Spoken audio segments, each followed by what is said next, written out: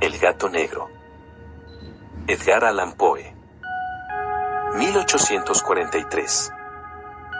Edgar Allan Poe se ha sentado a escribir. Tiene ante él una página en blanco y en su mente esta idea: érase un hombre que amaba a su gato hasta que un día comenzó a odiarlo y le arrancó un ojo. Así se inició, seguramente, la creación de uno de los mejores relatos de la historia de la literatura de horror. No puedo pretender, sin más, que se dé crédito a esta historia, a la vez familiar y extraordinaria. Como se trata de un caso en el que incluso mis sentidos se niegan a aceptar su propio testimonio, tendría que estar loco para pretenderlo. Y, sin embargo, no estoy loco ni soy víctima de una ensoñación. Pero quisiera aliviar mi espíritu, porque mañana puedo morir, por eso deseo mostrar al mundo, sin comentarios, clara, concretamente, una serie de acontecimientos domésticos que, aunque simples, han producido consecuencias capaces de anonadarme, torturarme y aterrorizarme. Pese a lo cual no trataré de esclarecer esos acontecimientos. Casi no me han producido otro sentimiento que el del horror, aunque es posible que otra inteligencia más serena, más lógica y menos influenciable que la mía sea capaz de encontrar en estas circunstancias que relato con terror una serie normal y natural de causas y efectos. Desde la infancia, mi carácter sorprendía a todo el mundo por su docilidad y humanidad. La ternura de mi corazón era tan excesiva que hasta mis propios amigos se burlaban de mí. Mis padres me permitieron poseer una gran variedad de animales, ya que sentía una auténtica pasión por ellos. Nunca me consideraba tan feliz como cuando les daba de comer o los acariciaba. Esta particularidad de mi carácter aumentó con los años, y cuando fui hombre hice de ella una de mis principales fuentes de goce. Los que hayan sentido afecto hacia un perro fiel e inteligente no necesitan que les explique la naturaleza o la intensidad de las satisfacciones que eso puede producir. Me casé joven y, para mi fortuna, descubrí en mi mujer una disposición de ánimo semejante a la mía. No solo compartía mi inclinación por los animales domésticos, sino que me los proporcionaba de las especies más agradables. De esta forma tuvimos pájaros, un pez de color de oro, un perro magnífico, varios conejos, un pequeño mono y un gato. Era un gato muy fuerte y muy hermoso, negro completamente y de extraordinaria sagacidad. Como mi mujer fuera, en el fondo, algo supersticiosa, hablando de su inteligencia aludía a esa antigua creencia popular según la cual todos los gatos negros eran brujas encubiertas o encantadas, lo que no quiere decir que hablara siempre en serio sobre este particular. El gato, que se llamaba Plutón, era, en realidad, mi amigo predilecto. Solo yo le daba de comer y siempre me seguía por cualquier lugar de la casa. Incluso me costaba trabajo impedirle que me siguiera por la calle. Fue una amistad que duró varios años, al cabo de los cuales, me avergüenza confesarlo, el demonio de la intemperancia alteró radicalmente, de manera funesta, mi carácter y mi temperamento. No solo me hacía más taciturno e irritable de día en día, sino que los sentimientos ajenos me inspiraban cada vez mayor indiferencia. La primera víctima de ese cambio fue mi mujer, a quien afligía primero con un lenguaje brutal y posteriormente incluso con violencias físicas. Mi pobre gato debió, naturalmente, notar la transformación que se había operado en mi carácter, ya que también sufrió malos tratos de mi parte, aunque despertara en mí todavía la suficiente consideración como para no pegarle. Pero tal escrúpulo desaparecía si se trataba de hacer daño físico al mono, a los conejos e incluso al perro, cuando por azar o por el afecto que hacia mí sintiesen se cruzaba en mi camino. Pero iba secuestrándome mi mal porque, ¿qué mal admite ser comparado con el alcohol? Así fue como con el tiempo incluso el mismo Plutón, que al envejecer se hacía, naturalmente, un poco huraño, comenzó a conocer también los efectos de mi perversión. Una noche volví a casa completamente borracho y comprobé que el gato hacía lo posible por evitar mi presencia. Mi actitud era tan violenta cuando lo cogí que él, horrorizado, me hizo una leve herida en la mano con sus dientes. Un furor demoníaco se apoderó repentinamente de mí. Dejé de conocerme en aquel instante. Era como si, De pronto, mi alma genuina hubiese abandonado el cuerpo, y una ruindad desconocida y terrible, saturada de ginebra, se hubiera filtrado por todas las fibras de mi ser. Saqué un cortaplumas del bolsillo de mi chaleco, lo abrí, cogí al pobre animal por la garganta y, deliberadamente, le vacié un ojo. Así fue, aunque ahora, al describirlo, me estremezca esa atrocidad tan abominable y me abrace el rubor. Recuperé la razón al amanecer, cuando se disiparon los vapores de mi crápula nocturna.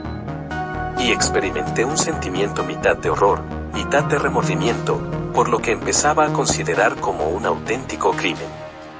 Pero era un sentimiento tan débil y equívoco que mi alma no sufrió sus acometidas.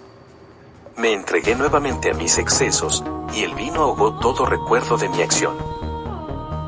El gato iba curando lentamente. Cierto es que la órbita del ojo perdido presentaba un espantoso aspecto. Pero, con el tiempo, parecía que no se diera cuenta de ello. Iba y venía ya por la casa como de costumbre. Pero huía horrorizado en cuanto yo me aproximaba. Aún me quedaba algo de mi antiguo corazón para que me afligiera aquella antipatía manifiesta en una criatura que antiguamente había sentido tanto afecto por mí. Pero no tardó la irritación en sustituir este sentimiento. Y para terminar de caer en la abyección más completa, comencé a experimentar el espíritu de la perversidad, espíritu del que la filosofía no se cuida ni poco ni mucho. Pero tan seguro como de que existe mi propia alma, creo que se trata de uno de los impulsos más primitivos del ser humano, y que la perversidad es una de esas facultades indivisibles o sentimientos que dirigen el carácter. ¿Quién no se ha sorprendido, a veces, cometiendo cualquier acción vil o necia por la única razón de que sabía que no debía cometerla? Pese a la excelencia de nuestro juicio, ¿no tenemos acaso una inclinación constante a violar la ley, simplemente porque comprendemos que es la ley? Pues ese espíritu de la perversidad es el que habría de producir mi completa ruina. Hay un vivo e insondable deseo en el alma de atormentarse a sí misma, de violentar su propia naturaleza, de hacer el mal por amor al mal.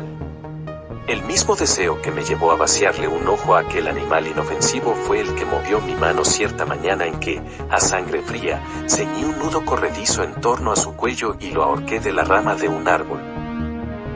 Con mis ojos llenos de lágrimas, desbordante mi corazón del más amargo arrepentimiento, pero lo ahorqué, porque sabía que no me había dado ningún motivo para encolerizarme con él, y porque sabía que al hacerlo cometía un pecado terrible. Al día en que cometí aquella acción tan cruel siguió una noche en la que el grito de «fuego» me despertó. Las cortinas de mi lecho estaban ardiendo. La casa entera se había convertido en una gran hoguera. Logramos escapar del incendio mi mujer, un criado y yo, no sin enfrentarnos a grandes dificultades. La destrucción fue absoluta, y quedé arruinado tan completamente que me entregué, sin condiciones, en brazos de la desesperación. Por supuesto, estoy muy por encima de ciertas debilidades, y una de ellas sería establecer cualquier relación entre la atrocidad de que había sido víctima mi gato y el desastre que siguió. Me limito a dar cuenta de una cadena de hechos, y no quiero omitir, por tanto, el menor eslabón. Al día siguiente visité las ruinas humeantes. Todas las paredes, a excepción de una, se habían derrumbado. Se trataba de un delgado tabique interior, situado hacia la mitad de la casa, precisamente aquel en que se apoyaba la cabecera de mi cama. Allí, la mampostería había resistido a la acción del fuego en muy buena parte, quizá por haber sido recientemente renovada. Un grupo de curiosos se había congregado en torno a la pared. Numerosas personas, con atención tan minuciosa como viva, examinaban una parte del muro. Las palabras «extraño», «singular» y otras expresiones parecidas excitaron mi curiosidad. Al acercarme vi una especie de bajorrelieve esculpido en la superficie blanca, exactamente la figura de un gato gigantesco. Era extraordinaria la exactitud con que estaba copiada esa imagen. Una cuerda rodeaba el cuello del animal. No podía considerar aquello más que como una aparición, y apenas la hube visto me invadió un asombro y un terror sin límites. Sin embargo, busqué, y hallé pronto, el amparo de la reflexión. porque recordé que el gato había sido ahorcado en un jardín contiguo a la casa. El jardín fue invadido de inmediato por la muchedumbre, a los gritos de alarma, y alguien debió descolgar al gato del árbol y arrojarlo a mi cuarto por una ventana. Lo que se haría, sin duda, con el objeto de despertarme. Cabía suponer que, al derrumbarse las paredes restantes, la víctima de mi crueldad había sido comprimida en el yeso extendido recientemente. En consecuencia, la imagen se había producido al combinarse con las llamas la cal del muro y el amoníaco del cadáver. Con ello quedó satisfecha mi razón, aunque no así mi conciencia, excitada por las anormales circunstancias del caso. El fantasma del gato me persiguió durante algunos meses, y en todo ese tiempo acabó naciendo en mi alma un sentimiento similar, aunque no lo era, al remordimiento. Hasta llegué a lamentar la pérdida del animal y a buscar, en los miserables tugurios que por entonces frecuentaba, otro de la misma especie y lo más parecido que pudiera hallar, con el fin de sustituirle. Cierta noche, medio aturdido por el alcohol, estaba sentado en una infame taberna. Mi atención fue repentinamente atraída por un objeto negro que yacía en lo alto de uno de los enormes barriles de ron o ginebra que componían el mobiliario más importante de la sala. Me acerqué a él y lo toqué. Se trataba de un gato enorme, negro, tan grande como Plutón, al que se parecía casi en todo. Solo se diferenciaba por una ancha y blanca señal que, aunque de forma indefinida, le cubría casi todo el pecho. Ronroneó con fuerza apenas puse en él mi mano. Mostró su contento restregándose contra ella. Era el animal que andaba buscando. Le expuse al dueño mi intención de comprárselo, pero este aseguró no conocerlo ni haberlo visto hasta entonces. Yo seguí acariciándole, y ya me disponía a regresar a mi casa cuando el animal pareció dispuesto a seguirme. No solo se lo permití, sino que, inclinándome de cuando en cuando, le acariciaba mientras caminábamos hacia mi casa. Al llegar se encontró como si hubiera sido la suya, y rápidamente se convirtió en el mejor amigo de mi mujer. En cuanto a mí, pronto empecé a sentir una fuerte antipatía hacia el gato. Ocurría justamente lo contrario de lo que yo había esperado. No podemos imaginarme cómo ni por qué sucedió tal cosa, pero su ternura me resultaba excesiva, llegando a fatigarme y a enojarme. Poco a poco, tales sentimientos de fastidio fueron creciendo hasta transformarse en odio. Un odio tan intenso que comencé a evitar su presencia. Sin embargo, un difuso sentimiento de vergüenza y, sobre todo, el recuerdo de mi primera crueldad me impidieron que lo maltratara. Me abstuve de pegarle o de tratarle violentamente durante varias semanas. Pero lenta, insensiblemente, llegué a sentir por él un indecible horror, y a eludir su insufrible presencia como si huyera de la peste. Lo que aumentó mi odio hacia el animal fue descubrir, a la mañana del siguiente día de haberlo llevado a casa, que también él, como Plutón, había sido privado de uno de sus ojos. Circunstancia que, sin embargo, contribuyó a hacerle todavía más grato a mi mujer, quien, como ya he dicho, poseía en grado sumo una ternura de sentimientos que en otro tiempo había sido mi rasgo característico, así como el manantial puro y frecuente de mis más sencillos placeres. Pese a lo cual, el cariño que el gato me demostraba parecía crecer en razón directa del odio que yo sentía hacia él. No es posible hacer comprender al lector la tenacidad con que constantemente seguía mis pasos. Se acurrucaba bajo mi silla en cuanto me sentaba, o llegaba incluso a saltar sobre mis rodillas, cubriéndome con unas caricias que me parecían espantosas. Si me levantaba para andar se metía entre mis piernas y casi me derribaba. O bien, clavando sus largas y agudas garras en mi ropa, trepaba por ella hasta mi pecho. En esos instantes, aun cuando hubiera querido matarle de un golpe, me lo impedía en parte el recuerdo de mi primer crimen. Pero sobre todo, me apresuro a confesarlo, el verdadero terror que el animal me inspiraba. Este terror se manifestaba en mi ánimo con tanta violencia que casi me parecía sentirlo físicamente. Me avergüenza reconocerlo. Aún en esta celda de malhechor me avergüenza confesar que todo el horror y el pánico que me inspiraba el animal se habían acrecentado a causa de una de las fantasías más perfectas que es posible imaginar. A menudo mi mujer me llamaba la atención con respecto al carácter de la mancha blanca de que he hablado y que, en definitiva, era la única diferencia que podía percibirse entre el nuevo animal y aquel que yo había matado. El lector recordará que esta señal, aunque grande, primitivamente tuvo una forma indefinida. Pero poco a poco, por fases apenas perceptibles y que mi razón se esforzó durante largo tiempo en considerar como imaginarias, había terminado adquiriendo contornos rigurosamente nítidos. Fue cuando adoptó la imagen de un objeto cuya sola mención me hace temblar. Semejante imagen me hacía mirar al gato como a un monstruo de horror y repugnancia. Tanta que no me atrevía a librarme de él. Se trataba de esa imagen abominable y siniestra, la imagen de la horca. Lúgubre y temible máquina, espantosa máquina de agonía y muerte. Ni de día ni de noche volví a conocer ya la paz del descanso. Durante el día, el animal no me dejaba un solo instante, y de noche, continuamente, salía de mis sueños angustiosos sintiendo el tibio aliento de aquel ser abominable sobre mi rostro y su enorme peso, encarnación de una pesadilla, que ya no podía separar de mí y que parecía eternamente posado en mi corazón. Lo poco de bueno que aún quedaba en mí sucumbió bajo tales tormentos. Infames pensamientos ocuparon continuamente mi mente. Los más infames y sombríos de todos los pensamientos imaginables.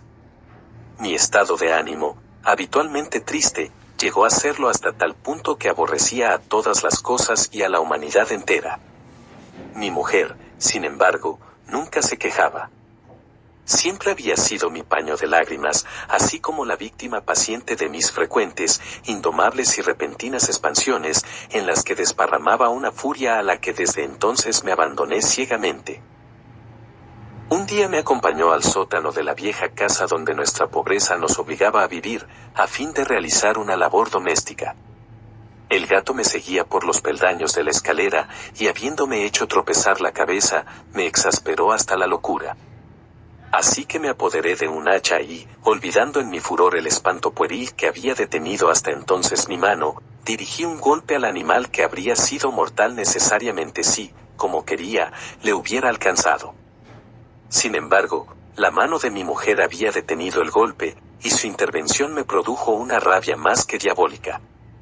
Tanta, que liberé mi brazo del obstáculo que lo detenía y le hundí a ella el hacha en el cráneo.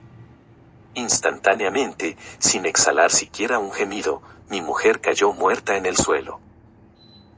Inmediata y resueltamente, una vez realizado asesinato tan horrible, traté de esconder el cuerpo. Comprendí que no podría hacerlo desaparecer de la casa, ni de noche ni de día, sin correr el riesgo de que los vecinos se enterasen. Varios proyectos asaltaron mi mente. En un primer instante pensé fragmentar el cadáver y arrojar al suelo los pedazos. Pero después resolví cavar una fosa en el piso de la cueva. No llegó a convencerme esta idea, y más tarde pensé arrojarlo al pozo del jardín. Hasta pensé también embalarlo en un cajón como mercancía y llamar a un corredor para que se lo llevase de casa. Aunque al fin decidí poner en práctica el proyecto que me pareció más factible. Se trataba de emparedar el cuerpo en el sótano como, según se dice, solían hacer con sus víctimas ciertos depravados monjes de la Edad Media. Era una cueva que parecía estar construida a propósito para semejante proyecto. Los muros no estaban levantados con el cuidado de costumbre, y habían sido cubiertos no hacía mucho tiempo por una capa de yeso que no dejó endurecer la humedad. Había por otra parte un saliente en uno de los muros producido por una chimenea artificial o una especie de hogar, que quedó luego tapado y dispuesto de la misma forma que el resto del sótano. Ni por un instante dudé que me sería fácil quitar los ladrillos de aquel sitio, colocar el cadáver y emparedarlo del mismo modo, de forma que ninguna mirada pudiera descubrir nada sospechoso. Mis cálculos fueron exactos. Ayudado por una palanca separé sin dificultad los ladrillos y, tras haber aplicado cuidadosamente el cuerpo contra la pared interior, Lo sostuve en semejante postura hasta poder restablecer sin demasiado esfuerzo toda la mampostería a su primitivo estado. Me procuré una argamasa de cal y arena, con todas las precauciones imaginables, y preparé una capa que no podía distinguirse de la primitiva, con la que cubrí el nuevo tabique con toda escrupulosidad. Al terminar llegué a la conclusión de que mi obra había sido realizada perfectamente. No había en la pared la más leve señal de arreglo. Barrí el suelo con el mayor cuidado y recogí los escombros. Miré triunfalmente en torno mío y me dije que, por una vez al menos, mi trabajo había sido fructífero. Y para coronarlo me asaltó la idea de buscar el animal causante de tanta desgracia, ya que al fin había resuelto darle muerte. Si hubiera podido encontrarle en aquel momento, nada habría evitado su destino. Pero el repulsivo animal, ante la violencia de mi cólera, se había alarmado y procuraba no presentárseme. No es posible imaginar la intensa, la apacible sensación de alivio que trajo a mi ánimo la ausencia de criatura tan detestable. Como no se presentara en toda la noche, esa fue la primera que gocé, desde que entrara en la casa, durmiendo tranquilo y profundamente. Sí, dormí, incluso con el peso de aquel asesinato en mi conciencia. Transcurrieron el segundo y el tercer día, y el gato no se presentó. Como un hombre libre, respiré de nuevo. En su terror, sin duda, el monstruo había abandonado para siempre aquellos lugares. En consecuencia, no volvería a inquietarme jamás. Puedo asegurar que me sentía dichoso como nunca en toda mi vida. La criminalidad de mi tenebrosa acción me inquietaba muy poco. Se hincó una especie de sumario que apuró poco las averiguaciones. También se había dispuesto un reconocimiento, pero nada podía descubrirse. Como era natural, mi felicidad futura la daba por más que asegurada. Un nuevo grupo de agentes de policía se presentó inopinadamente en mi casa 4 días después de haberse cometido el asesinato. Nuevamente se procedió a una investigación rigurosa del local. Confiado en lo impenetrable del escondite, no experimenté turbación alguna. Quisieron los agentes que les acompañase en sus pesquisas. No quedó rincón alguno por explorar. Por tercera o cuarta vez bajaron a la cueva. En absoluto me mostré alterado. Mi corazón latía pacíficamente, como el de un hombre que reposa en la inocencia. Recorrieron el sótano de punta a punta. Crucé los brazos sobre mi pecho y me pasé indiferente de un lado a otro. La policía, plenamente satisfecha, se disponía a abandonar la casa. El júbilo de mi corazón era demasiado intenso para que pudiera reprimirlo. Sentí la imperiosa necesidad de decir una palabra tan solo, a modo de triunfo, y hacer doblemente evidente mi inocencia. Estoy muy satisfecho, les dije al fin, cuando los policías subían la escalera, por haber desvanecido sus sospechas. Les deseo una buena salud y tal vez un poco más de cortesía. Y, dicho sea de paso, aquí tienen ustedes una casa bastante bien construida. No sabía muy bien lo que hablaba, embargado como estaba por el deseo furioso de decir algo. Les puedo asegurar que es una casa magníficamente construida. ¿Ya se van? Observen la gran solidez de estos muros. En ese momento, con un frenético gesto de fanfarrón, golpeé fuertemente, precisamente sobre la parte del tabique tras el cual yacía el cadáver de mi mujer. Dios me proteja. Ahogado apenas en el silencio el eco de mis golpes, una voz pareció responderme desde el fondo de la tumba. Era una queja apenas audible y entrecortada, como si un niño sollozase.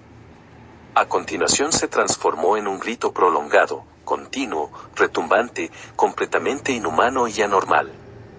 Un aullido espantoso, mitad horror y mitad triunfo, como solamente es concebible desde el infierno, al igual que una horrible armonía que sugiera al unísono de las gargantas de los condenados en sus torturas y los demonios que gozaban con el espectáculo de la condenación. Me sentí desfallecer y caí contra la pared opuesta, tambaleándome. Los agentes se detuvieron un momento en los escalones. El terror les había dejado atónitos. Poco después, 12 robustos brazos atacaron la pared y de un golpe cayó a tierra. Ante los ojos de los circundantes, rígido, apareció el cadáver de mi mujer, ya muy desfigurado y cubierto de sangre coagulada. Y, sobre la cabeza, dilatadas las rojas fauces y como si despidiera fuego por su único ojo, estaba posado el horrible animal cuya odiosa astucia me llevó al asesinato, y cuya reveladora voz me entregaba al verdugo. Yo mismo había emparedado en la tumba a aquel ser monstruoso.